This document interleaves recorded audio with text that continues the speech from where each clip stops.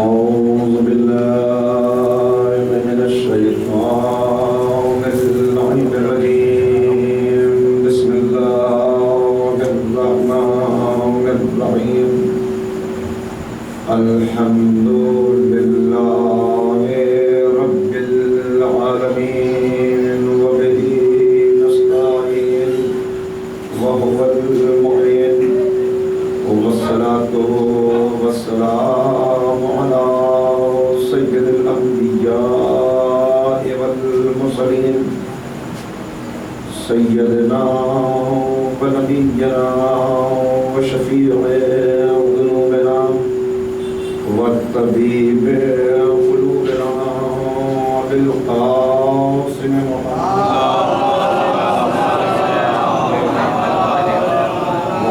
الطيبين الطاهرين المعصومين المظلومين المنتخبين المنتجبين. أما بعد فقد قال الله تبارك وتعالى في كتابه المجيد والفرقان الرشيد وقوله الحق بسم الله الرحمن الرحيم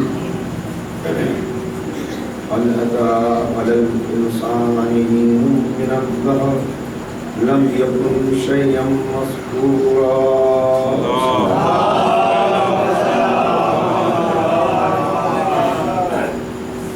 بزرگان محترم نوجوانان عزیز، اللهم صل على محمد وآل محمد۔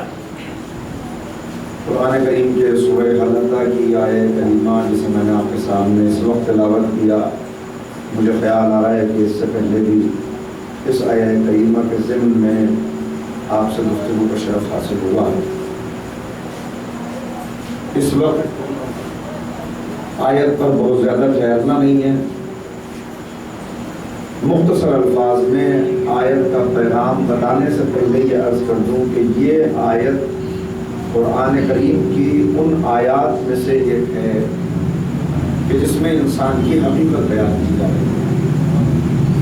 قرآن کی بہت سی آیات ہیں جس میں انسان کے بارے میں گفتگو ہوئی ہے، اس لیے قرآن کریم انسانوں کی ہدایت کے لیے آیا ہے۔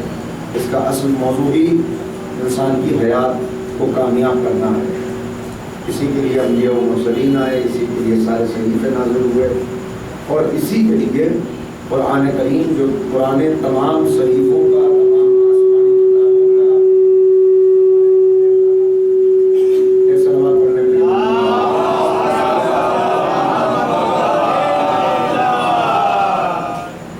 جو تمام سابقہ آسمانی کتابوں کا نچوڑ اور ماحصل ہے، جس کے اندر سب کچھ بیان کر دیا گیا۔ انسان کے بارے میں جہاں جہاں گفتگو ہوئی اس میں سے یہ آیت ہے کہ جس کا پیغام یہ ہے هل أتى على الإنسان حين من الدهر، انسان پر ایک زمانہ ایسا گزرا ہے لم یکن شیئا مذکورا، جب وہ قابل ذکر نہیں تھا۔ انسان تو تھا مگر وہ ذکر کے لائق نہیں تھا۔ پھر انسان نے بہت سے مرحلے طے کیے۔ آیت یہاں کے انسان کی خبر نہیں دے رہی جو اس دنیا میں ہمارے سامنے ہے، بلکہ اس عالم رنگ و بو میں آنے سے پہلے انسان جہاں تھا، میں بھی اور آپ بھی، ہم سب جہاں موجود تھے، خلق ہونے کے بعد ایک عرصے تک ہمیں وہاں رکھا گیا اور پھر ہمیں یہ دنیا کی زندگی عطا کر دی گئی۔ تو وہاں کا ذکر ہے، وہاں ہمارے اس وجود کو انسان کہا جا رہا ہے کہ انسان پر، وہاں والے انسان پر ایک زمانہ ایسا گزرا ہے جب یہ قابل ذکر نہیں تھا، پھر اسے اس دنیا کے اندر بھیج دیا گیا تاکہ یہ ناقابل ذکر سے قابل ذکر بن سکے۔ اس دنیا میں انسان کو بھیجا جانا عبث نہیں ہے، بیکار نہیں ہے اس کی خلقت، نہ یہ کائنات عبث ہے۔ کائنات بنائی گئی، اس کا بھی ایک مقصد ہے، انسان کو خلق کیا گیا، اس کا بھی ایک مقصد ہے۔ کائنات کی خلقت کا مقصد ہی یہ ہے کہ یہاں انسان کو بھیجنا تھا، اور انسان کی خلقت کا مقصد یہ ہے کہ اس کائنات کو اس کے لیے سجا کر اس کو بھیجا تاکہ یہ اپنے آپ کو ناقابل ذکر سے قابل ذکر بنا لے، اپنے آپ کو بلند کر لے۔ میں بار بار آج کل یہ گفتگو کر رہا ہوں اور مختلف انداز میں، مختلف زاویوں سے، مختلف حوالوں سے یہ گفتگو کرنا پڑ رہی ہے، کرنا چاہیے، ہوتی رہنی چاہیے، اس لیے کہ آج کا یہ دور وہ ہے کہ جب بہت تیزی سے انسان مادیت کے شکنجے میں جگڑتا چلا جا رہا ہے اور اپنی حقیقت کو فراموش کر رہا ہے۔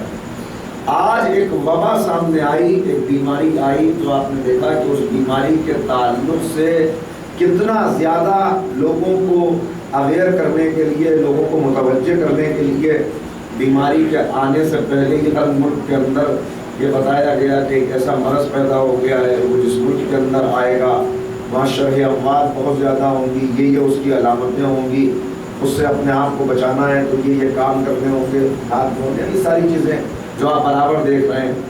اور ہر ملک اس کوشش میں ہے کہ کسی طرح اس مرض سے نجات حاصل کرنے کے لیے ویکسین تلاش کر لیا جائے، جبکہ اب توجہ چاہتا ہوں، یہ مرض موت لے کر نہیں آیا، ایسا نہیں کہ اس سے پہلے موت نہیں تھی یا اس پہ قابو پا لیا جائے گا تو اس کے بعد موت نہیں رہے گی. نہیں، موت تو روز اول سے ہے. مرض ختم بھی ہو جائے گا تب بھی موت باقی رہے گی.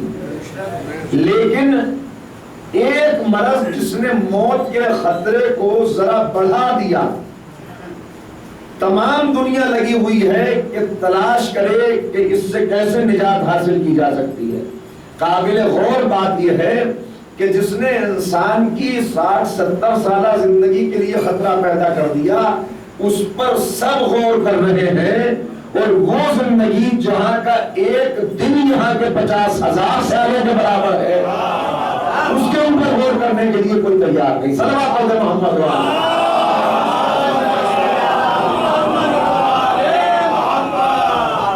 چنانچہ اس زندگی میں اگر کامیابی حاصل کرنی ہے تو اس کے لیے بتایا گیا کہ تمہیں ناقابل ذکر سے قابل ذکر بننا پڑے گا. مادیت سے، دنیا کے اندر خواہشات سے، دنیا کی رغبتوں سے اپنے آپ کو محفوظ رکھتے ہوئے آگے بڑھنا ہوگا. کیسے کرو گے یہ تمہیں کرنے کے لیے پہلے یہ بات ذہن نشین رہنی چاہیے کہ دنیا ابس پیدا نہیں ہوئی، دنیا خود پیدا نہیں ہوئی، میں بیکار پیدا نہیں ہوا، میں نے اپنے آپ کو پیدا نہیں کر لیا، میں نے کہیں درخواست نہیں دی تھی کہ مجھے پیدا کیا جائے اور تب مجھے پیدا کیا گیا ہو. نہیں، خالق کائنات نے مجھے خود یہ زندگی عطا کی. اس کا لاکھ لاکھ شکر کہ اس نے مجھے مومن گھرانے میں پیدا کیا. پھر مزید شکر کہ اس نے محبت اہل بیت کو میرے قلب و روح کا حصہ بنا دیا. پھر مزید شکر کہ ایسے خانوادے میں، ایسے قبیلے میں پیدا کیا کہ جہاں ذکر سید الشہداء سرمایہ افتخار ہے. لہذا ان حقیقتوں کو پہچانتے ہوئے انسان آگے بڑھے اور یہ خیال رہے کہ دنیا بیکار پیدا نہیں ہوئی، اپنے آپ پیدا نہیں ہوئی. یہ میں کیوں زور دے کے یہ بات کہہ رہا ہوں کہ آج بہت زیادہ زور اس بات پر دیا جا رہا ہے کہ یہ دنیا اپنے آپ پیدا ہو گئی. سیریز آف فارچونیٹ ایکسیڈنٹس، نوجوانوں کے لیے عرض کر رہا ہوں، کچھ حادثات ہوئے اور وہ حادثات خوش قسمت تھے. ایک کے بعد ایک حادثہ رونما ہوتا گیا اور اس کے نتیجے میں آہستہ آہستہ یہ کائنات وجود میں آتی چلی گئی. آسمان بن گیا، زمین بن گئی، یہ فضائیں، یہ ہوائیں، یہ دریا، یہ سمندر، یہ درخت، یہ سب نتیجہ ہے حادثے کا. یہ ہے ڈارون کی تھیوری کے نتیجے میں پیش آنے والے وہ نظریات کے جو انسان نے عرض کیے کہ بھائی انسان کیسے بنا، کب پہلے بندر تھا پھر آدمی ہو گیا آہستہ آہستہ.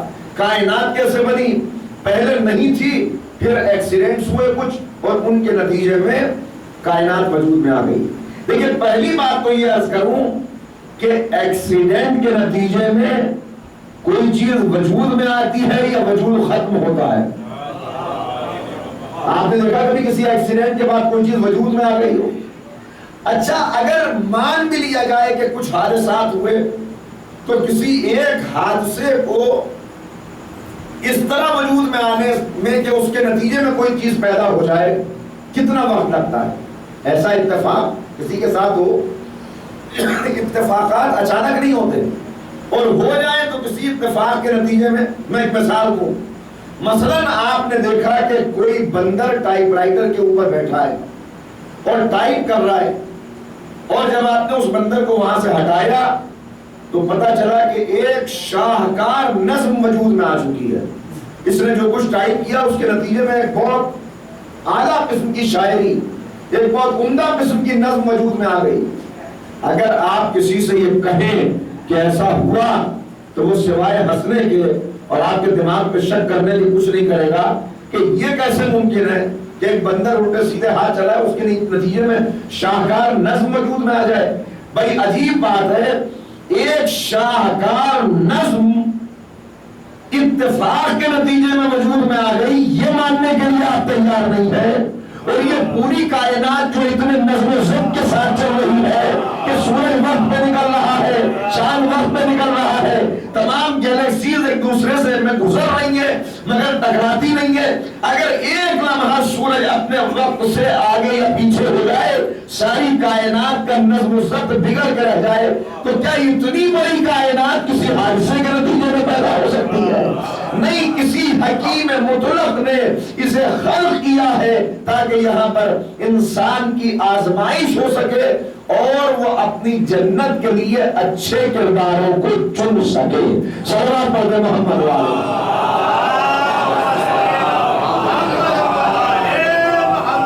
چنانچہ مادیت کا حملہ ہوتا ہے, ہر دور میں ہوتا ہے. اس حملے سے اپنے آپ کو بچا کر اس مقصد حیات کو واضح رکھنا ہے تو اس کے لیے ہمیں کچھ ہستیوں کی ضرورت ہوگی, کچھ ایسے کامل نمونے انسانیت کے ہوں کہ جن کے نقش قدم ہمیں مل جائے تو ان پہ قدموں کو جما کر ہم آگے بڑھتے چلے جائیں.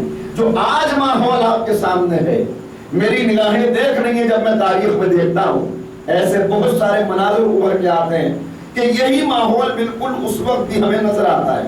اور تاریخ کا ایک اصول ہے کہ ہسٹری ریپیٹس اٹسیلف, تاریخ دہراتی ہے اپنے آپ کو. وہی واقعات گھوم پھر کر پھر سامنے آتے ہیں, اسی طرح کی باتیں پھر سامنے آتی ہیں. اسی لیے قرآن کریم نے تاریخ کو اپنے دامن میں محفوظ کیا, پوری تاریخ کو نہیں, کچھ تاریخ کو, جس کے اندر کچھ انبیاء کا تذکرہ کیا. انبیاء کا تذکرہ کیوں محفوظ کیا؟ دیکھیں, اگر قرآن کو بڑے لوگوں کا ذکر ہی محفوظ کرنا تھا تو انبیاء سے, پیغمبر اکرم سے بہت پہلے بڑے بڑے لوگ گزر چکے. سقراط گزر گیا, ارسطو گزر گیا, ان کا ذکر بھی قرآن کے اندر ہونا چاہیے تھا. لیکن سقراط جس کا نام آج بہت بڑا ہے, اس کا ذکر قرآن میں نہیں ہے. انبیاء کا ذکر قرآن میں ہے. اچھا, قرآن میں گنجائش نہ ہوگی کہ سقراط کا ذکر آتا, اس لیے کہ انبیاء کے ذکر سے فرصت ملتی تو کسی اور کا ذکر کیا جاتا. کہا نہیں, ایسی بات تو نہیں ہے. اگر یہی بات ہوتی تو قرآن نے اپنے دامن میں انبیاء کے ذکر کے ساتھ ساتھ شہد کی مکھی کے ذکر کو جگہ دے دی, چیونٹی کے ذکر کو جگہ دے دی, مکڑی کے ذکر کو جگہ دے دی. مکڑی کے نام کا پورا سورہ, چیونٹی کے نام کا پورا سورہ, شہد کی مکھی کا تذکرہ, دوسرے حیوانوں کا تذکرہ. حیوانوں کے لیے جگہ ہے قرآن میں, مگر جو پہلے بڑے بڑے مفکرین گزر گئے ان کے لیے جگہ نہیں. انبیاء کے لیے جگہ ہے. کیوں؟ اس لیے کہ جن مفکرین کا ہم ذکر کر رہے ہیں ان کی ساری فکر وابستہ تھی اسی دنیا کے ساتھ, اور انبیاء کی فکر وابستہ تھی آخرت کے ساتھ. قرآن بتانا چاہتا ہے کہ جو دنیا کے لیے پوری زندگی لگا دے وہ ہماری نظر میں قابل ذکر نہیں ہوتے. اور اگر اپنی قوم کے لیے, آخرت کے لیے, اپنی قوم کو بچانے کے لیے ایک چیونٹی بھی اپنے ایک سردار چیونٹی باقی قوم کو یہ پیغام دے دے کہ جلدی اندر چلے جاؤ ورنہ سلیمان کا لشکر کچل لے گا, تو یہ چیونٹی چونکہ قوم کی فکر کرتی ہے لہذا اتنی قابل ذکر ہو جاتی کہ اس کے نام کا پورا سورہ رکھ دیا جاتا. چلو پڑھتے محمد والے.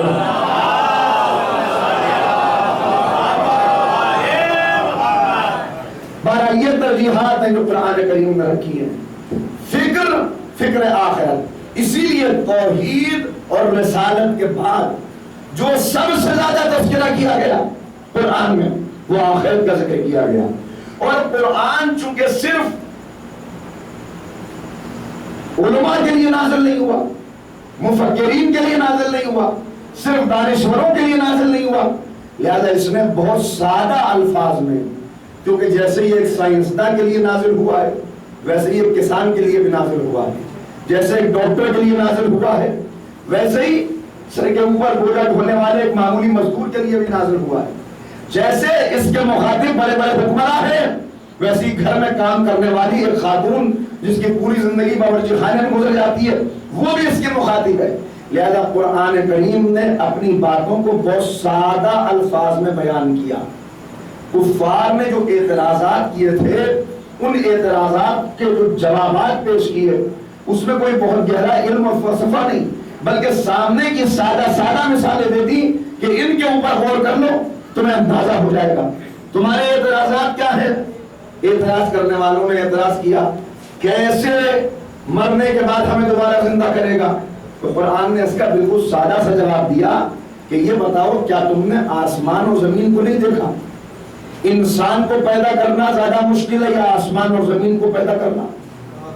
دوسری بات یہ بتاؤ کہ کیا ہم نے پہلی مرتبہ خلق نہیں کیا؟ جب پہلی مرتبہ خلق کیا تب تو کوئی نمونہ بھی نہیں تھا، بغیر نمونے کے خلق کیا۔ خلق تو انسان بھی کر لیتا ہے، انسان بھی خلق کرتا ہے کہ نہیں؟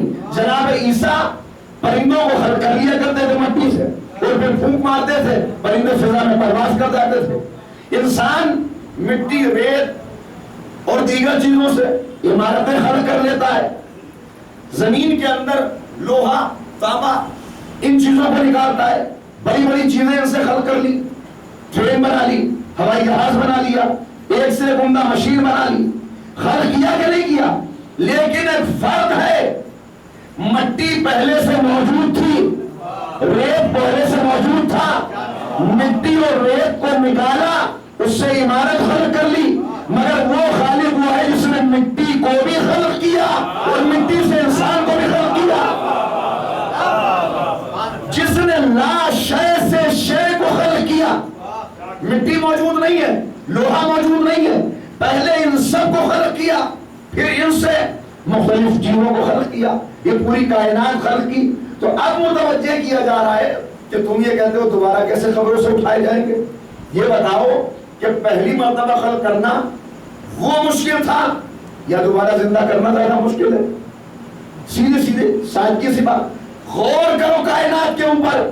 تم کہتے ہو ہم کیسے مان لیں کہ آخرت ہے؟ یہ اعتراضات ہیں کفار کے جو انہوں نے برابر کیے کہ بھائی اگر واقعی آپ کہتے ہیں کہ زندہ کیے جائیں گے تو ہمارے آباء و اجداد تو بہت پہلے مر چکے، ان کے دور کے نبی ان سے کہتے تھے کہ زندہ کیے جائیں گے، وہ آج تک زندہ نہ ہوئے، ہم کیسے مان لیں کہ پھر سے قبروں میں اٹھائے جائیں گے؟ آپ کہتے ہیں کہ ایک آخرت ہے، ایک قیامت ہے، قیامت قریب ہے، آج تک تو قیامت آئی نہیں، ہمارے باپ دادا سے بھی یہی وعدہ کیا گیا تھا، ہم سے بھی یہی وعدہ کیا گیا، قیامت تو آج تک آئی نہیں، ہم کیسے مان لیں کہ قیامت ہے؟ تو یہ ساری باتیں جو کہہ رہا تھا اس انسان کو خطاب کر کے کہا کہ اس میں کسی عقل کی بھی ضرورت نہیں ہے، تھوڑا سا اگر غور و فکر کرنے والے ہو تو دیکھو کہ اللہ نے کائنات کو خلق کیسے کیا ہے، ہر چیز کو جوڑے کی شکل میں خلق کیا ہے، سورج کے ساتھ چاند، پہاڑ کے ساتھ دریا، دن کے ساتھ رات، صبح کے ساتھ شام، مرد کے ساتھ عورت، جیسے ہر چیز جوڑے کی شکل میں ہے، جب تم نے دیکھو گے تو واضح ہو جائے گا، جیسے صبح کے ساتھ شام ہے، دن کے ساتھ رات ہے، ویسے ہی دنیا کے ساتھ آخرت ہے۔ آخرت کو شامل کیے بغیر دنیا پوری ہو ہی نہیں سکتی، اس لیے کہ دنیا کے جوڑے کا نام ہے آخرت۔ جب دونوں کو شامل کر لو گے تب مفصل تخلیق سمجھ میں آئے گا۔ ایک سوال مل کے پڑھے گا محمد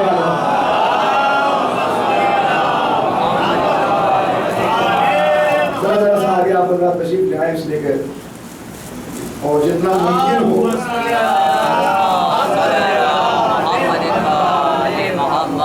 لیکن حالات میں، اور میں یہی عرض کروں گا کہ اللہ تعالیٰ سب کو محفوظ رکھے بیماریوں سے۔ اس دعا کی قبولیت کے لیے صلوات پڑھیں مل کے محمد۔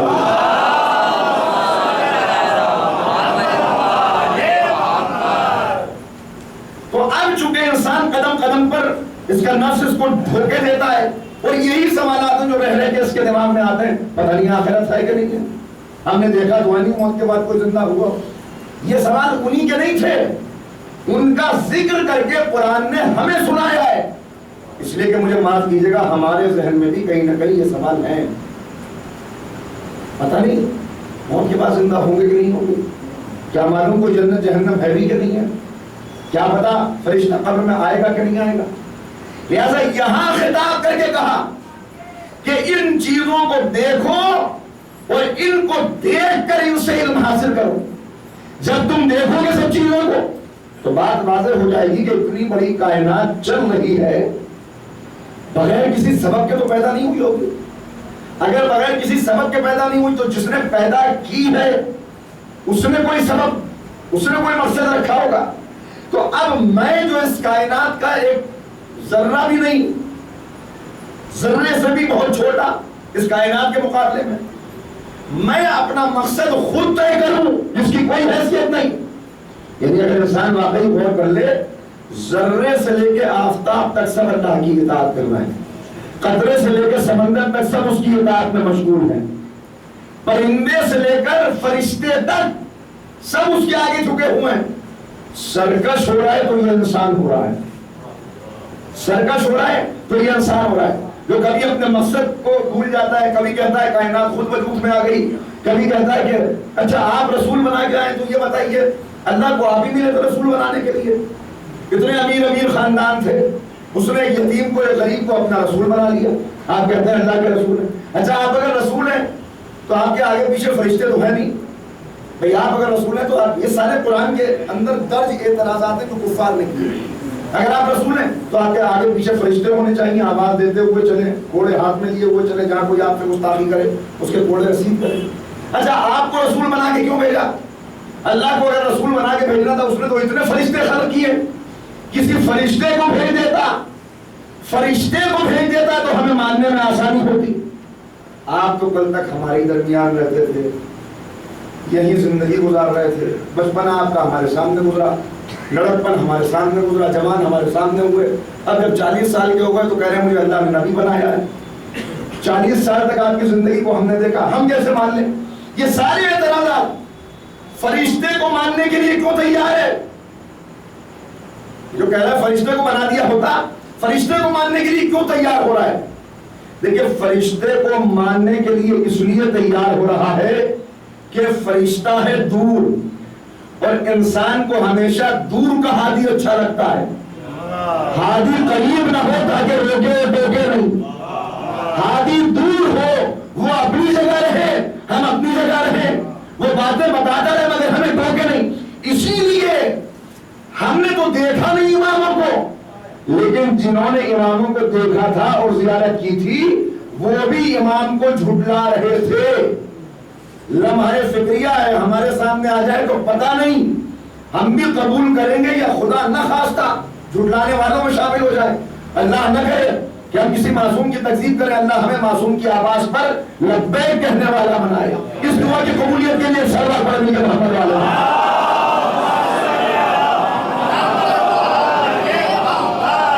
تمہید بہت زیادہ ہو گئی یار، اب سمیٹتا ہوں آپ کو۔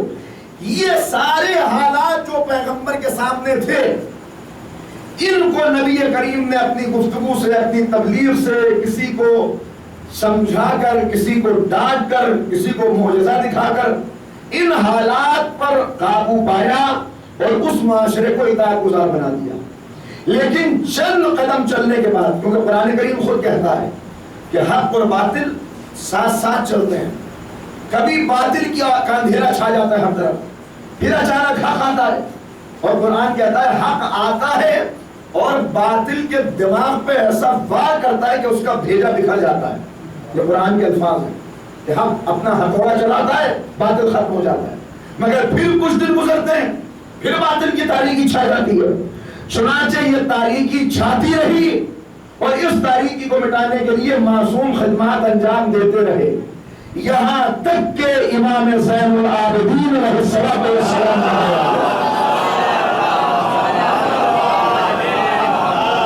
امام کے دور میں حالات کیا ہیں؟ امام کے دور میں بھی حالات کچھ اس سے الگ نہیں ہیں۔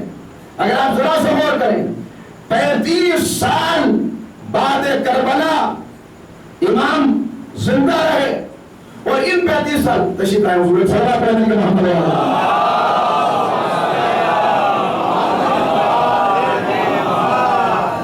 اور ایک سے بہتر صلی اللہ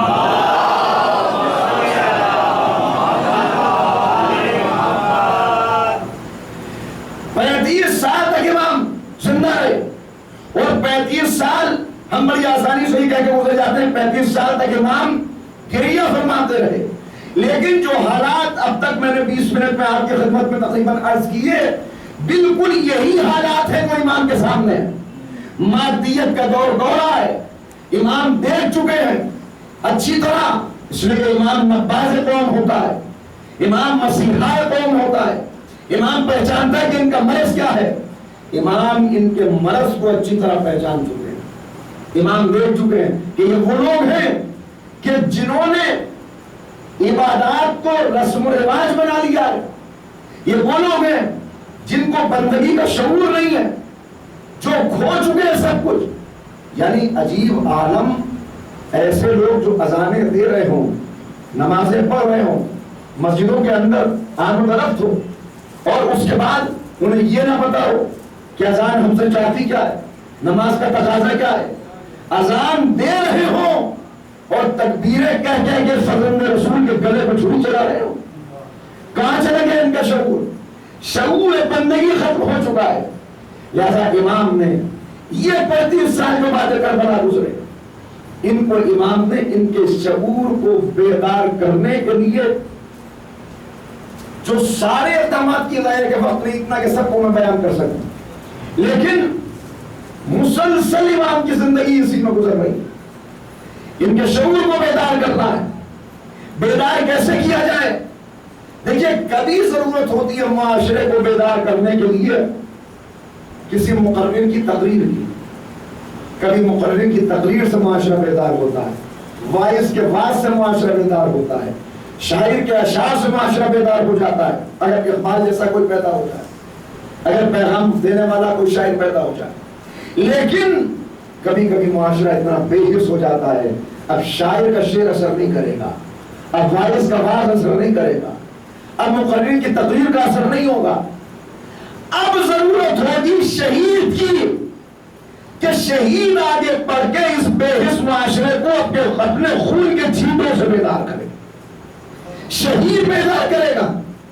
شہید تو اپنا خون اس راہ میں بہا کر چلا جائے گا، مگر پھر ضرورت ہوگی کہ شہید کے بعد کوئی کھڑا ہو جو اس خون کو خون ناطق بنا دے، جو اس خون کے پیغام کو لے کے آگے چلے، جو معاشرے کو یہ بتا دے کہ وہ معصوم کا خون بہا، تم سمجھ رہے ہو کہ یہ بہ کے زمین میں جذب ہو گیا، لیکن تمہیں نہیں معلوم. اس سے پہلے بھی میں نے کہا ہوگا کہ تمہیں نہیں معلوم کہ یہ خون جب تک گلو اقدس میں تھا خون تھا، جیسے ہی سوکھی رگوں سے بہ کے نکلا یہ خون نور میں تبدیل ہو گیا.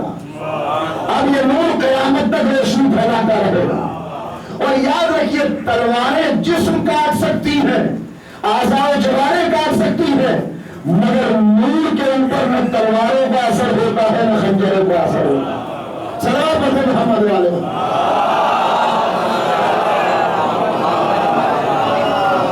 لہذا اب اس خون کو خون ناطق بنانے کے لیے یہاں سے والمؤمنون والمؤمنات کی تفسیر بن کے دو ہستیاں چلی. ایک شریکت الحسین جناب زینب سلام اللہ علیہ،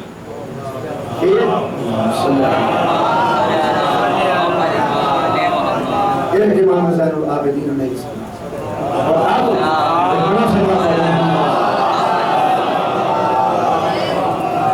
یہ جملہ شاید پہلے بھی سنایا ہو، پھر سن لیجئے کہ مولا کائنات نے اپنی زندگی میں تمام کام مکمل کیے، ہر کام علی نے مکمل کیا، مگر دو کام ایسے تھے کہ زمانے سے مہلت نہ ملی کہ انہیں مکمل کر سکتے. دو کام مولا کی زندگی میں نامکمل رہ گئے. ایک مرتبہ خطبہ دے رہے تھے، ابھی خطبے کے چند جملے کہے تھے کہ کسی نے کھڑے ہو کر سوال کر لیا، اور اللہ تشریف فرمائے ان کے سامنے گفتگو کر رہا ہوں، سوال کیا، خطبہ رک گیا اسی جگہ پر. پھر بہت چاہا ابن عباس نے مولا خطبہ مکمل کیجئے. امام نے کہا نہیں، وہ تو شقیہ تھا، اب خطبہ آگے نہیں بڑھے گا، لہذا یہ خطبہ نامکمل رہ گیا. نامکمل خطبہ ہمارے پاس محفوظ ہے، آگے جاتا تو نہ جانے کہاں تک پہنچتا، مگر رک گیا خطبہ کا. ایک خطبہ نامکمل رہ گیا، ایک سجدہ نامکمل رہ گیا. ابن ملجم کی تلوار چل گئی، اور ابن ملجم کی تلوار کی وجہ سے سجدہ نامکمل رہ گیا. اب سنیے گا ایک مرتبہ کے ساتھ آپ نے محمد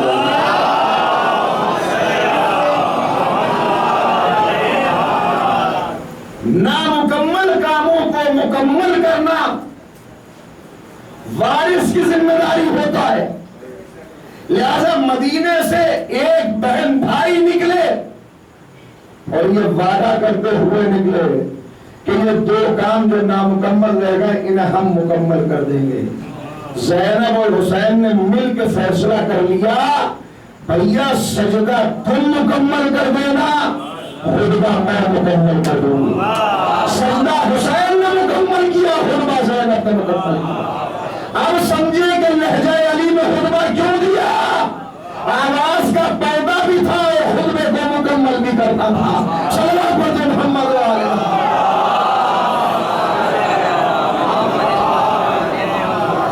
لہذا وہی لہجہ, وہی انداز جس طرح معاشرے کو بیدار کرنے کے لیے مولا کائنات کے خطبات ہیں.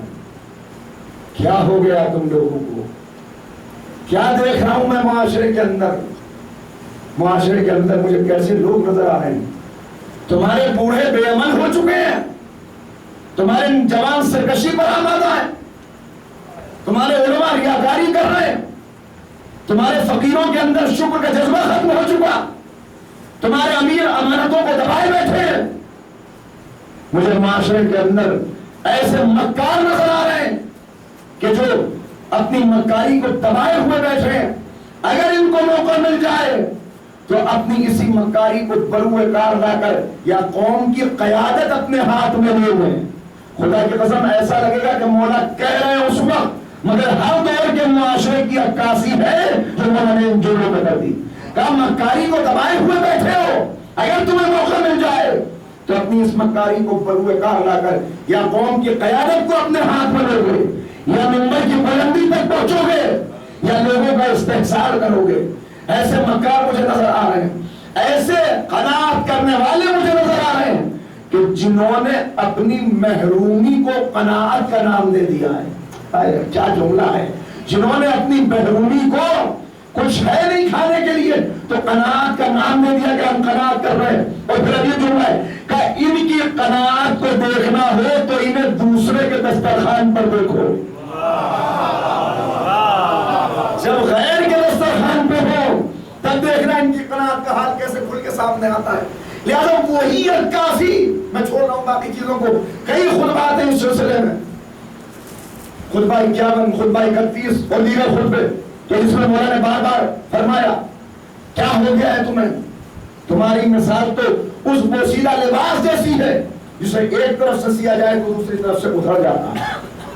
تم کیسے لوگ ہیں, کہ سنو بالکل یہی نقشہ آج کا ہو, اس دور کا ہو, یا بعد کربلا کا ہو, نقشہ بالکل ایک ہے.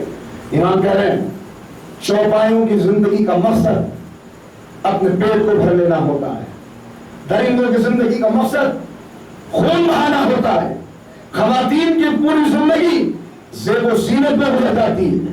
ذرا تم اپنا حال دیکھو, کچھ تم میں چوپائے ہیں, کچھ درندے ہیں, کچھ زیب و زینت کے لیے زندگی گزار رہے ہیں. تمہاری نظر دوسروں کے مال پر ہے, تمہارا حال کیا ہے. یعنی اگر ان سارے خطبات میں سے یہ چیزیں نکال لی جائے جو امام نے معاشرے کو مخاطب کر کے معاشرے کو چونکانے کے لیے کہی ہے, تو واقعاً کلام الامام امام الکلام, امام کا کلام تو کلام کا امام ہوتا ہے. اور امام کو خود کہہ رہے ہیں, اپنے بھانجے کو حکم دیا تھا چلو ذرا ممبر پہ جاؤ کچھ بولو. حبیرہ ممبر پہ آئے, زبان گونگی ہو گئی, نیچے اتر آؤ, خود تشریف لائے. اور اس کے بعد امام نے کہا ہم کلام پر حاکم ہیں, کلام کی جڑیں بھی ہم سے پھوٹتی ہیں, شاخیں بھی ہم سے نکلتی ہیں. کلام پر ہم مطلب یعنی ہم اور ہماری نسل میں جتنے ہمارے جیسے ہیں, کلام ہمیشہ ان کے قبضے میں رہے گا, فصاحت ہمیشہ ان کے زیر نہیں رہے گی. چنانچہ یہی فصاحت ہے جو کبھی کوفے کے منبر سے مولا کائنات کی زبان سے دنیا نے دیکھی تھی. آج جناب زینب سلام اللہ علیہا کی زبان ہے, وہی انداز, وہی لہجہ, وہی خطبہ. عبداللہ ابن عفیف کو دھوکہ ہو گیا, قیامت آ گئی, کیا قیامت تو نہیں آئی, کیا پھر لہجہ علی کو سنائی دے رہا ہے, کب علی نہیں علی کی بیٹی ہے جو گفتگو کر رہی ہے. اور اس کے بعد امام, اب امام یہاں تو امام نے خطبہ دے دیا شام کے دربار میں, اور اس خطبے کے اندر بھی جو اپنا تعارف کرایا، خطبہ پڑھنا نہیں مجھے، لیکن بتا دیا کہ دیکھو کون کون سی خوبیاں ہیں جو ہم سے منسوب ہے. شجاعت، سخاوت، فصاحت، علم، حلم، یہ 5 چیزیں ہیں جن کو اللہ نے ہمارے لیے محسوس کر دیا ہے. اور ہمیں جو خصوصیات اللہ نے دی، وہ خصوصیات یہ ہے کہ رسول اللہ ہم میں سے ہے، علی مرتضیٰ ہم میں سے ہے، حمزہ شیر خدا ہم میں سے ہے، جعفر طیار ہم میں سے ہے، حضرت فاطمہ زہرا ہم میں سے ہے، امام حسن مجتبیٰ ہم میں سے ہے، امام حسین ہم میں سے ہے. جو مجھے نہیں جو جانتا ہے وہ جانتا ہے، جو نہیں جانتا وہ پہچان لے کہ میں کون ہوں. میں ہند حرم کا بیٹا ہوں، میں مکہ کا بیٹا ہوں، میں صفا کا بیٹا ہوں، میں مروہ کا بیٹا ہوں، میں زمزم کا بیٹا ہوں، میں خدیجہ طاہرہ کا بیٹا ہوں، میں محمد مصطفیٰ کا بیٹا ہوں، میں علی مرتضیٰ کا بیٹا ہوں، میں اس کا بیٹا ہوں جسے 3 دن کا پیاسا فرات کے کنارے ذبح کر دیا گیا. میں اس کا بیٹا ہوں جس کا کٹا ہوا سر یزید کے تشت میں رکھا ہوا ہے، یزید کے سامنے تشت طلا میں رکھا ہوا ہے. مجبور ہو گیا حاکم، اذان کی آواز بلند کرنی پڑی. مگر میں نے یہ کیوں بات عرض کی کہ یہ لہجہ جو مولا کائنات سے چل رہا تھا یہاں تک تو پہنچ گیا، لیکن اب یہاں کے بعد اب 1 سال یا 2 سال جب بھی رہائی ہے، سال بھر کے بعد رہائی. اب امام آئے اسی معاشرے کے اندر، بے حس معاشرہ. یہ مدینہ کون سا مدینہ ہے؟ لوگ کہتے ہیں امام مدینے میں ہوتے تو مدینے کے اندر امام کی آواز پہ لبیک کہنے والے مل جاتے. اسی مدینے کے اندر امام حسن کے جنازے پہ تیر چلے، اسی مدینے کے اندر خانہ سیدہ پہ آگ کے شعلے بلند ہوئے، اسی مدینے کے اندر مسلح کھینچا گیا. کتنے لوگ کھڑے ہوئے، بے حس ہے معاشرہ. انہیں اب جملہ کہہ رہا ہوں، یاد رکھیے مذہب اگر حسین کے قدموں سے لپٹا ہوا ہو تو مذہب ہے. اگر حسین کے قدم چھوڑ کے خلاف کعبہ سے نپٹ جائے تو رسم و رواج ہو سکتا ہے، مذہب نہیں ہو سکتا. تو حسین کو چھوڑ کے خلاف کعبہ سے لپٹا ہوا ہو کیا ہم اسے مذہب کہیں گے؟ لہذا رسوم و رواج ہیں جن کے اندر دنیا مبتلا ہے. اب انہیں بیدار کرنا ہے. اتنا موقع نہیں ہے کہ خطبے دیں، ورنہ اگر خطبہ دینے پہ آتے ایک اور نہج البلاغہ تیار ہو جاتی. اگر خطبہ دینے پہ آتے ایک اور خطیب منبر سلمی دنیا کے سامنے آتا. مگر امام نے محسوس کر لیا اب وہ موقع نہیں ہے کہ مجلس علم سجے، لوگ بیٹھیں، ان کے سامنے اس انداز میں خطبے دیے جائیں، اس لیے کہ نام نوٹ کر لیے جاتے ہیں، بعد میں گرفتار کر لیا جاتا ہے. لہذا امام نے طریقہ اختیار کیا. ہاں تم خطبہ دینے پر اعتراض کر سکتے ہو، لیکن اگر بندہ اپنے معبود کی بارگاہ میں مناجات کر رہا ہو، اگر بندہ اپنے رب کی بارگاہ میں ہاتھوں کو اٹھا کر دعائیں کر رہا ہو تو اس کو کون روک سکتا ہے؟ بندہ اپنے معبود سے راز و نیاز کر رہا ہے. لہذا خطبوں کو، میں جملہ کہہ رہا ہوں عزیزو سنیے گا، خطبوں کے لہجے سے، خطبوں کی گھنگرج سے معاشرے کو بیدار کرنا آسان ہے، مگر دھیمے لہجے میں دعاؤں کی صدا کے ذریعے سے، دعاؤں کے جملوں سے سوئے ہوئے معاشرے کو بیدار کرنا یہ بہت مشکل ہے. یہ وہ جہاد ہے جو سید الساجدین نے کیا ہے، یہ وہ جہاد ہے جو امام زین العابدین نے کیا ہے. دعائیں ہو رہی ہیں، دعائیں، آنکھوں سے آنسو بہ رہے ہیں، زبان پر مناجات کے کلمات ہیں. صحیفہ سجادیہ تیار ہو رہی ہے، صحیفہ سجادیہ دنیا کے سامنے آ رہی ہے. کس کس انداز کی دعا؟ ماں کے حق میں دعا، باپ کے حق میں دعا، سرحد کے محافظوں کے لیے دعا، انسان کو رزق کی تنگی ہو تو اس کے لیے دعا. رزق کی تنگی کے میں مبتلا ہوگا تو آئے گا. رزق ہے انسان کا مادی مسئلہ، مادی مسئلے کے لیے آئے گا دعا کی طرف. اور جب دعا تک پہنچے گا اور یہ جملے زبان پہ آئیں گے کہ اے معبود میرے رزق کی تنگی کو دور کر دے، لیکن اگر رزق کی وسعت مجھے ایمان کے راستے سے ہٹا دے تو اس رزق کی تنگی کو باقی رہنے دینا. مجھے ایسا رزق نہیں چاہیے جو مجھے تجھ سے دور کر دے. آئے گا مادی مسئلے کو لے کر مگر یہاں سے روحانی درس لے کر جائے گا، آئے گا اپنے مسئلے کو لے کر، لیکن جب ان دعاؤں کو پڑھے گا معرفت کا جذبہ پیدا ہونا شروع ہوگا، معرفت بڑھے گی، آگے چلے گا انسان۔ لہذا ایک ایک انسان کو متوجہ کر رہے ہیں، خانہ کعبہ کے پردے سے لپٹے ہوئے ہیں، مناجات ہو رہی ہے۔ طاؤوس یمانی کہتے ہیں کہ اس انداز میں نے اس جوان کو دیکھا کہ وہ اللہ کی بارگاہ میں گر گرا کے دعائیں کر رہا تھا، پورے چہرے کے اوپر چادر پڑی ہوئی تھی، خانہ کعبہ کا پردہ ہاتھوں میں تھا، اور اس انداز سے رو رہا تھا، اس انداز سے گریہ کر رہا تھا کہ معلوم ہوتا تھا کہ فضاؤں کے اندر پرندے بھی اس کی آواز میں آواز ملا رہے ہیں، کائنات کا ذرہ ذرہ اس کے ساتھ شریک ہو گیا ہے۔ کہا ہر ایک کی آنکھ میں اس کی آواز سن کر آنسو تھے، اس کی مناجات سے سب گریہ کرنے تھے۔ پوری رات گزر گئی مگر اس کی مناجات تمام نہ ہوئی، کہ آخر لوگوں سے رہا نہ گیا، آگے بڑھے، بازو پکڑ کے الگ کیا، ارے کتنے گناہ تم نے کیے ہیں کہ اتنا گریہ کر رہے ہو؟ اب جو چہرے سے چادر ہٹی، دیکھا امام حسین العابدین علیہ السلام، بس ہاتھوں میں جوڑتے لوگ کھڑے ہو گئے۔ مولا جب آپ کا یہ عالم ہے، آپ کی عبادت کا، تو ہماری عبادت کیا ہے؟ ہم کس حالت گنتی میں ہیں، کس شمار میں ہیں، ہمارا کیا ہونے والا ہے؟ یعنی کس انداز سے معاشرے کو بیدار کر رہے ہیں۔ اور شاگردوں کا دوسرا قدم، شاگردوں کی تربیت، شاگردوں کی تربیت۔ ابو حمزہ الصومالی جیسا شاگرد، ثابت ابن دینار جن کا نام، شخصیت وہ کہ آٹھویں امام کہتے نظر آئے یہ اپنے دور کے سلمان فارسی ہیں، جسے دور امامت کے سلمان فارسی کو دیکھنا ہو، ثابت ابن دینار کو دیکھیں، ابو حمزہ الصومالی۔ عالم کیا عظمت یہ کہ چھٹے امام سلام کہلا رہے ہیں، ملاقاتوں میں سلام کہنا، ان کو دعا تعلیم ہو رہی ہے۔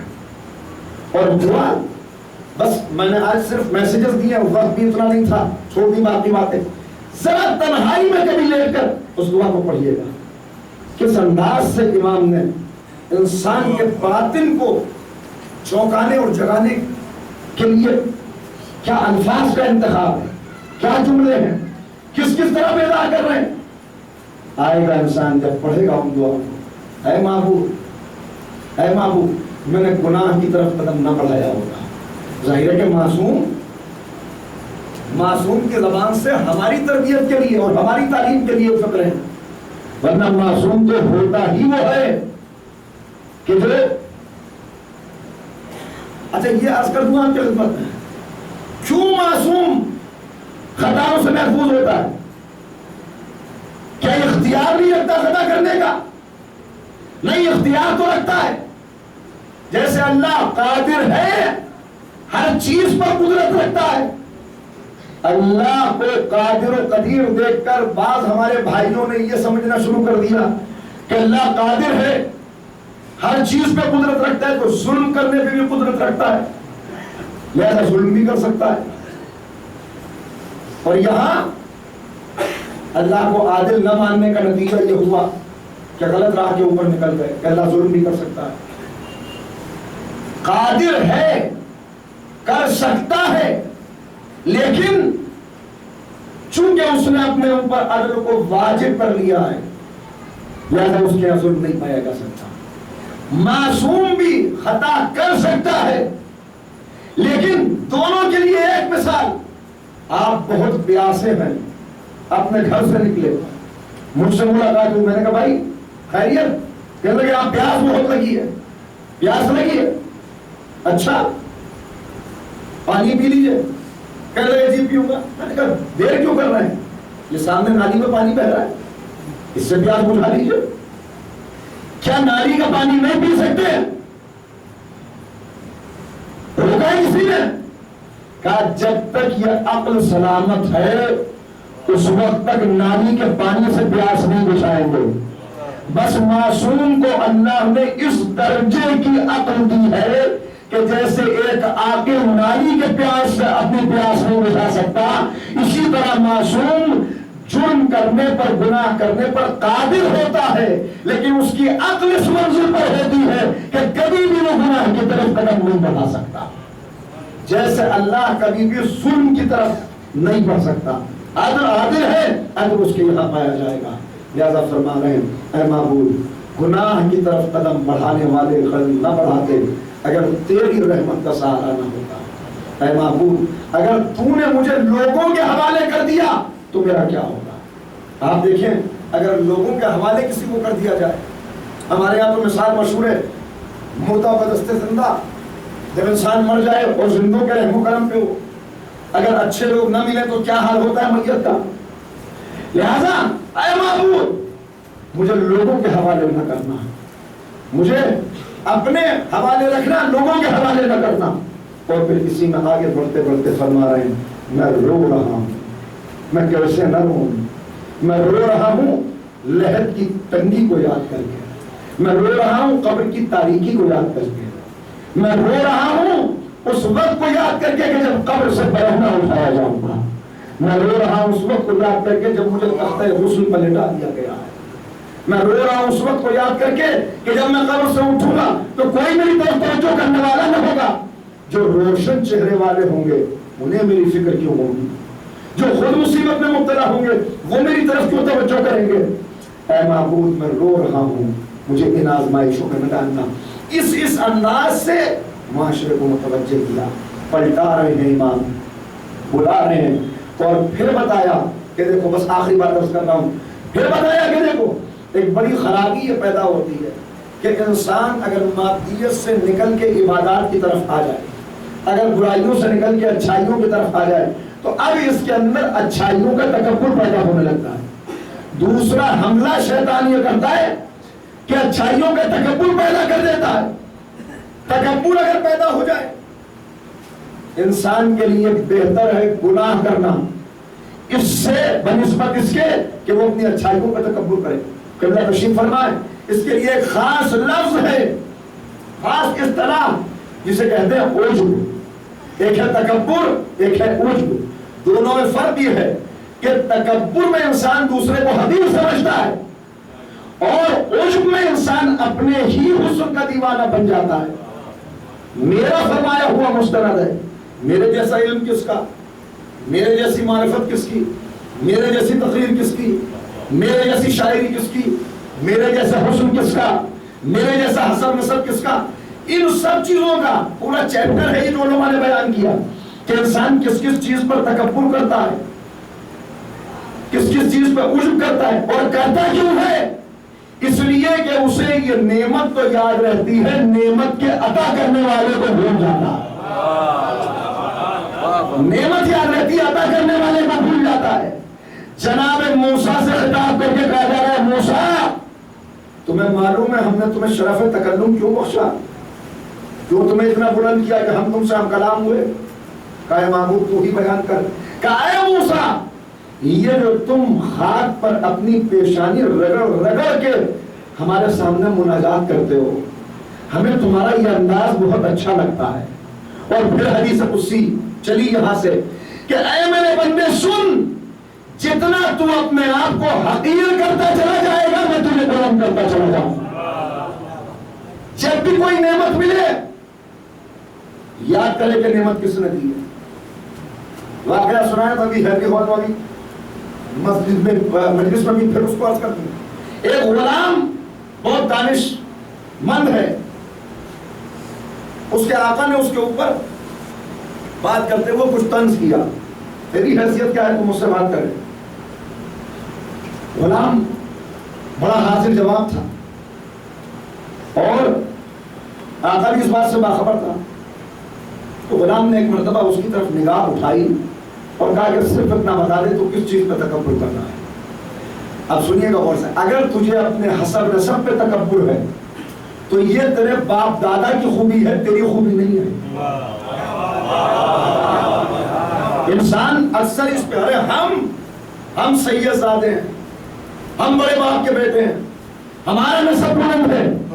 یہی وہ خرابی ہے جس نے بنی اسرائیل کو آسمان سے زمین پہ پٹخ دیا۔ ہم نبیوں کی نسل سے ہیں، ہم اللہ کے محبوب ہیں، ہم جنت کے وارث ہیں۔ لہذا غلام نے کہا پتا، اور معصوم کا جملہ نجم البلاغہ میں شور سے اس میں مولا فرماتے ہیں سنو، جسے عمل پست کر دے اسے نسب بلند نہیں کر سکتا. نہیں توجہ فرمایا آپ نے. عمل پست کر دے تو نسب بلند نہیں کر سکتا. مولا فرما کہ اگر تجھے اپنے نسب اپنے حسب نسب کے اوپر غرور ہے تو تیری خوبی نہیں، تیرے آباء و اجداد کی خوبی ہے. اگر تجھے اپنی سواری پر غرور ہے تو یہ تیری سواری کی فضیلت ہے، تیری فضیلت نہیں. اگر تو اپنے لباس پر غرور کر رہا ہے تو یہ تیرے لباس کی شرافت ہے، تیری شرافت نہیں. یہ بتا دے کہ تو کس چیز پر غرور کر رہا ہے. یہ غلام کا اپنے آقا سے سوال نہیں ہے، یہ ہم سب سے سوال ہے کہ بتاؤ کس چیز کے اوپر غرور کر رہے ہو. مولا کہہ رہے ہیں انسان کس چیز پہ تکبر کرتا ہے. تیری ابتدا ایک قطرہ نجس، تیرا انجام سڑا ہوا گوشت، کس چیز کے اوپر تکبر ہے؟ علم پہ تکبر، معرفت پہ تکبر، حسن پہ تکبر. کون سا حسن؟ 4 دن بیمار ہو جائے تو سارا حسن مرجھا جاتا ہے. چہرے کے اوپر ایک پھوڑا نکل آئے سارا حسن ختم. کورونا ہو جائے، لاکھ حسین ہو، جو حسن کی تعریف کرتے ہیں وہی دور بھاگتے ہوئے نظر آتے ہیں. تو حسن کس چیز کے اوپر غرور بتایا جا رہا ہے؟ ہر چیز کا علاج بتایا. یہ پتا تو امام فرما رہے ہیں جب دیکھو جب بھی تمہیں غرور پیدا ہو، امام کی خدمت میں آنے والا آیا ہے اور آ کے کہہ رہے ہیں مولا آپ کی عبادتوں کا کیا کہنا، آپ کے علم کا کیا کہنا، آپ کے سجدے، آپ تو زین العابدین ہیں، آپ تو سید الساجدین ہیں، میں نے آپ جیسا عبادت کرنے والا نہیں دیکھا. امام نے کہا محمد باقر بیٹا لاؤ ذرا میرے جگ کا صحیفہ لے کے آؤ. جگ کا صحیفہ لایا گیا، کہیں سے کھولا. امام نے کہا سن تو مجھ سے کہہ رہا ہے کہ مجھ جیسا عبادت کرنے والا نہیں دیکھا. دیکھ میرے جب کی عبادتوں کا حال کیا تھا. اس صحیفے میں لکھا ہے کہ ان کی ایک ضربت عبادت ثقلین پہ بھاری تھی. ارے جس کی ضربت اتنی وزنی ہو اس کے سجدے کتنے وزنی ہوں گے، اس کی تکبیریں کتنی وزنی ہوں گی، اس کی نمازیں کتنی وزنی ہوں گی. میرا امام معاشرے کو درس دے رہے ہیں کہ جب بھی اچھائی اور نیکی کا غرور پیدا ہونے کا موقع آئے تو اپنے سے بہتر کو دیکھنا، اپنے سے بہتر کو دیکھنا، غرور ختم ہو جائے گا، تکبر ختم ہو جائے گا. قرآن نے اعلان کر دیا یہ ممکن ہے کہ اونٹ سوئی کے ناکے سے نکل جائے، گزر جائے، مگر یہ ممکن نہیں کہ تکبر کرنے والا بوئے جنت کو محسوس کر سکے. یہ ممکن نہیں کہ تکبر کرنے والا جنت میں داخل ہو سکے. لہذا امام نے تربیت کی. پھر شہاب الدین زہری. شہاب الدین زہری کون ہے؟ اہل سنت کا بڑا نام، امام کے شاگردوں میں سے ایک شاگرد. کیسے امام نے ان کی تربیت کی؟ خواب میں انہوں نے دیکھا میرا ہاتھ خضاب سے رنگین ہوا ہے. خواب کی تعبیر پوچھی، پتا چلا کہ تم کسی بے گناہ کا خون بہاؤ گے. قاضی ہیں حکومت کی طرف سے، فیصلہ کیا ایک شخص کے حق میں، ایک شخص کے خلاف، سزا دی گئی اسے. وہ بے گناہ تھا، سزا کتاب نہیں لا سکا، مر گیا. بعد میں پتا چلا کہ بے گناہ ہے. اب خوف آخرت رکھنے والا آدمی تھا شہاب الدین زہری، لیکن آنکھوں پہ پردے پڑے ہوئے تھے. بڑا بے چین ہوا، استعفیٰ دیا اپنے عہدے سے، ناتا توڑا معاشرے سے، الوداع کہا خاندان والوں کو. صحرا میں آ گیا، دن رات رو رہا ہے، گریہ کر رہا ہے، یہ میں نے کیا کر دیا، یہ میں نے کیا کر دیا، یہ میں نے کیا کر دیا. امام کو خبر ہوئی، مولا آپ کے پاس آیا کرتا تھا، حکومت کا قاضی تھا، آج عالمگیر سب سے ناتا توڑے ہوئے صحرا کے اندر بیٹھا ہے. امام بنفس نفیس تشریف لے گئے. زہری تم نے کیا حال بنا رکھا ہے، ناخون بڑھے ہوئے، بال بڑھے ہوئے، معاشرے کو چھوڑ دیا، کثیف کپڑے پہنے ہوئے. سنو، تمہارا قتل اتنا بڑا جرم نہیں تھا جتنا بڑا جرم یہ مایوسی ہے جو تم نے رحمت خدا سے اختیار کر لی ہے. مومن کبھی اللہ کی رحمت سے مایوس نہیں ہوتا. توبہ کرو، واپس پلٹو معاشرے میں، وارثوں کو راضی کرو، ان کو یقین دلاؤ کہ میں نے عمدن قتل نہیں کیا، خون بہا دو اس کا، اور معاشرے کے اندر واپس آ جاؤ. واپس معاشرے میں آ گئے. اب دن رات امام کی خدمت میں آتے ہیں, امام سے درس لیتے ہیں. لوگوں نے تانے دینے شروع کیے, تیرے رسول نے تجھ سے کیا کہہ دیا, یعنی تنزن امام کو رسول کا کہ تیرے رسول نے تجھ سے کیا کہہ دیا, تو صحرا میں چلا گیا تھا واپس آ گیا. مگر اب کسی کی بات پر توجہ نہیں. لیکن ایک دن آئے کہ مولا یہ دنیا میں رہنے کی جگہ نہیں ہے, میں عبادتیں کرتا ہوں, لوگ میری عبادتوں سے جلتے ہیں, بغض و حسد رکھتے ہیں, بے وجہ کا کینہ رکھتے ہیں, غیبت کرتے ہیں, تہمتیں لگاتے ہیں, ہمیشہ میرے بارے میں الٹی سیدھی بات کرتے ہیں. کسی اچھے انسان کو یہ دنیا برداشت نہیں کر سکتی. دنیا کا شکوہ کیا. دیکھیے اس شکوے میں بھی کہیں نہ کہیں اپنی عبادتوں کے غرور کی جھلک ہے کہ میں سب سے بہتر, میں عبادت کرتا ہوں, لوگ میری تعریف کرنے کے بجائے مجھ سے حسد کرتے ہیں. امام نے کہا زہری سنو, بس یہ نسخہ جو امام نے دیا, آخری بات آج کی حد تک کا زہری سنو. 3 طرح کے لوگ تمہیں اس دنیا میں ملیں گے.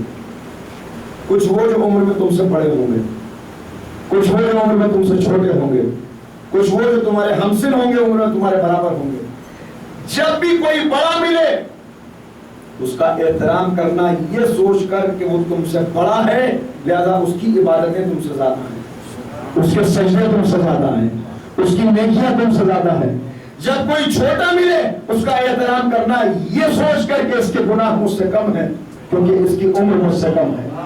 جب کوئی برابر کا ملے اس کا احترام کرنا یہ سوچ کر کہ تم اپنے گناہوں کو جانتے ہو اور اس کے گناہوں کو نہیں جانتے, لہذا اس کے گناہ شک کی منزل میں ہیں, تمہارے گناہ یقین کی منزل میں ہیں. بس اس نسخے کے اوپر عمل کر لو, پھر دیکھو نہ کہیں بغض ہوگا نہ حسد ہوگا. جو آج تمہارا شکوہ کرتے ہیں وہی تمہاری تعریف کرتے ہوئے نظر آئیں. امام نے علاج بتا دیا اور اس طرح معاشرے کو بیدار کرتے ہوئے کبھی غلاموں کی تربیت کر رہے ہیں, کبھی شاگردوں کی تربیت کر رہے ہیں, کبھی دعاؤں کے ذریعے سے معاشرے کو بیدار کر رہے ہیں. کبھی امام کا عالم یہ ہے مصلی پر بیٹھے ہوئے ہیں, کربلا یاد آ گئی. آج لوگ عبادت کو ذکر حسین سے ٹکرا کے سمجھتے ہیں ہم نے بہت بڑا کام کیا کہ نماز کو حسین کے ذکر سے ٹکرا دیا. مگر سنیے گا جو سب سے بڑا عزادار ہے تاریخ کا, اس کا لقب ہی سید الساجدین ہے, اس کا لقب ہی زین العابدین ہے. امام نے بتایا کہ فرش عزا اور مصلی کا تعلق کیا ہوتا ہے. مصلی پہ بیٹھے ہیں, کربلا یاد آ گئی تو مصلی کو فرش عزا بنا دیا. فرش عزا پہ بیٹھے ہیں اور اس کی بزرگی کا خیال آ گیا جو ہر وقت رہتا ہے, مگر ایسا فوراً سجدے میں سر رکھ دیا. اتنے سجدے کیے کہ سجاد کہلانے لگے. 2 لوگوں نے سنا کہا یہ سجدہ کیا, قرآن کی تلاوت کی سجدہ کیا, نمازیں پڑھی بعد میں شکر کا سجدہ کیا, کربلا کی آزمائشوں کا خیال آ گیا سجدہ کیا. کیسا ہے یہ ہمارا امام, 72 کا ماتم کرنے والا. 2-3 جملے کہوں بس, آنسوؤں کا نذرانہ پیش کر دیجیے گا. کس کا ماتم کرنے کے لیے اس وقت آپ آمادہ ہو گئے؟ اکبر کے سینے میں برچھی لگی اور محمد شہید ہوئے, قاسم کا لاشا پامال ہوا, اصغر بابا کے ہاتھوں پر شہادت پا گئے, حسین کا سر سجدے میں جدا ہو گیا. مگر دست ادب جوڑ کے کہوں اکبر 1 بار شہید ہوئے, قاسم 1 بار شہید ہوئے اور محمد 1 بار شہید ہوئے.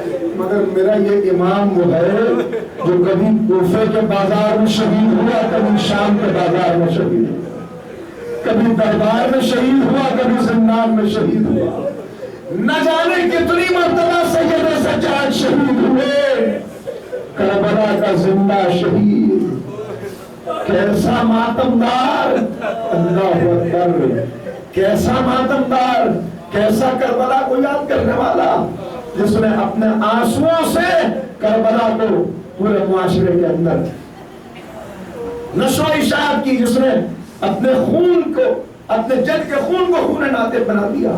عالم کیا ہے, کیسے گریہ کیا ہے, میں کہاں سے عرض کروں. مگر ایک بات آپ سے پوچھوں, ابھی اسی مجمع میں کوئی بچہ کھڑا ہو جائے اور کوئی اسے تماچا مار دے, کتنے لوگ ہیں جو کھڑے ہو جائیں گے بھئی اچھا نہیں کیا تم نے معصوم کو تماچا مارا. کیا ایک آدھ تماچے میں کوئی بے ہوش ہو جاتا ہے؟ اب سمجھیے کتنے تماچے لگے پیاسی سکینہ کو، کتنے تماچے لگے پیاسی بچی کو کہ سکینہ کو کئی مرتبہ رشوے رشا ہے۔ مگر جملہ کہوں گا سنیں گے، عجیب فکرہ میں نے کتاب میں دیکھا، جب سکینہ کو تماچے رکھتے تھے، سکینہ حسرت سے سجاد کا چہرہ دیکھتی تھی، رباب حسرت سے زینب کا چہرہ رباب حسرت سے زینب کو دیکھتی تھی، سکینہ سجاد کو دیکھتی تھی، ادھر زینب کا سر جھک جاتا تھا، ادھر سجاد کا سر جھک جاتا تھا، بہن تماچوں پہ تماچے کھاتی تھی، اے بھائی ہاتھوں میں ہتھ کرنا، پیروں میں بیرنا، گلے میں توڑ، ہاں سلام کر لیجیے سیدے سرکار کو۔ اسی لیے تو جب کسی نے پوچھا مولا جب دارالامارہ میں داخل ہوئے، ارے کون سا دارالامارہ؟ کوفے کا دارالامارہ۔ اللہ آپ سب کو زیارات سے مشرف فرمائے، جو گئے ہیں وہ بار بار گئے۔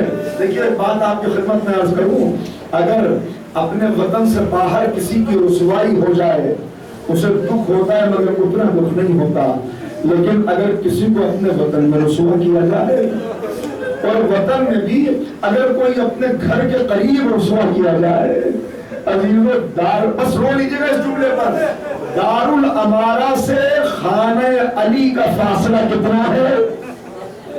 دارالامارہ سے علی کے گھر کا فاصلہ کتنا ہے؟ زیارت پہ جائیں گے تو آپ دیکھیں گے کہ کتنا کم فاصلہ ہے۔ اب سمجھئے جب زینب اسیر بنا کے لائی گئی، جب سید سجاد قیدی بنا کے لائے گئے، اور اس گھر پہ نظر پڑی ہوگی، ارے یہی تو گھر ہے کہ جہاں میں نے کوفے کی عورتوں کو حجاب سکھایا ہے، یہی تو گھر ہے جہاں سے انہیں علم دین کی تعلیم دی ہے۔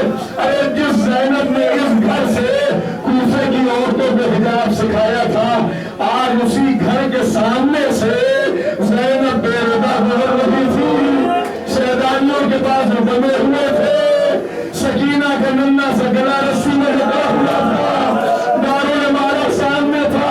پوچھنے والے نے پوچھا مولا مختار دربار میں داخل ہوا، سر اٹھا ہوا تھا، مسلم دربار میں آئے شیر کی طرح بکھرے ہوئے تھے، مگر جب آپ دربار میں داخل ہوئے مولا نظر زمین میں گئی تھی، سر جھکا ہوا تھا، کہ تم نے انصاف نہیں کیا، مختار اکیلے آئے تھے، مسلم اکیلے آئے تھے، مگر میرے ساتھ تطہیر کی وارث بیویاں، میری خوبی عقیلے بنی ہاشم، میرے مقدر اور شادر آزادارو، اس کا غم ہے جو 35 سال تک روتا رہا، اور کیسے نہ روئے، کیسے نہ روئے۔ اگر نعرے سنیں گے مجھے شام غریبہ کا ایک منظر یاد آ رہا ہے، کیا گزری ہوگی بعد میں سجاد پر، ابھی تو ہم تازہ ہیں نا۔ شام غریبہ میں پانی آ رہا ہے، کہتے ہیں بیان کیا جاتا ہے کہ زوجہ حر تھی جو پانی لے کے آئی، جب یہ پانی زینب کے سامنے آیا تو ایک مرتبہ زینب نے کہا اس پانی کو واپس لے جاؤ، اب ہمیں یہ پانی نہیں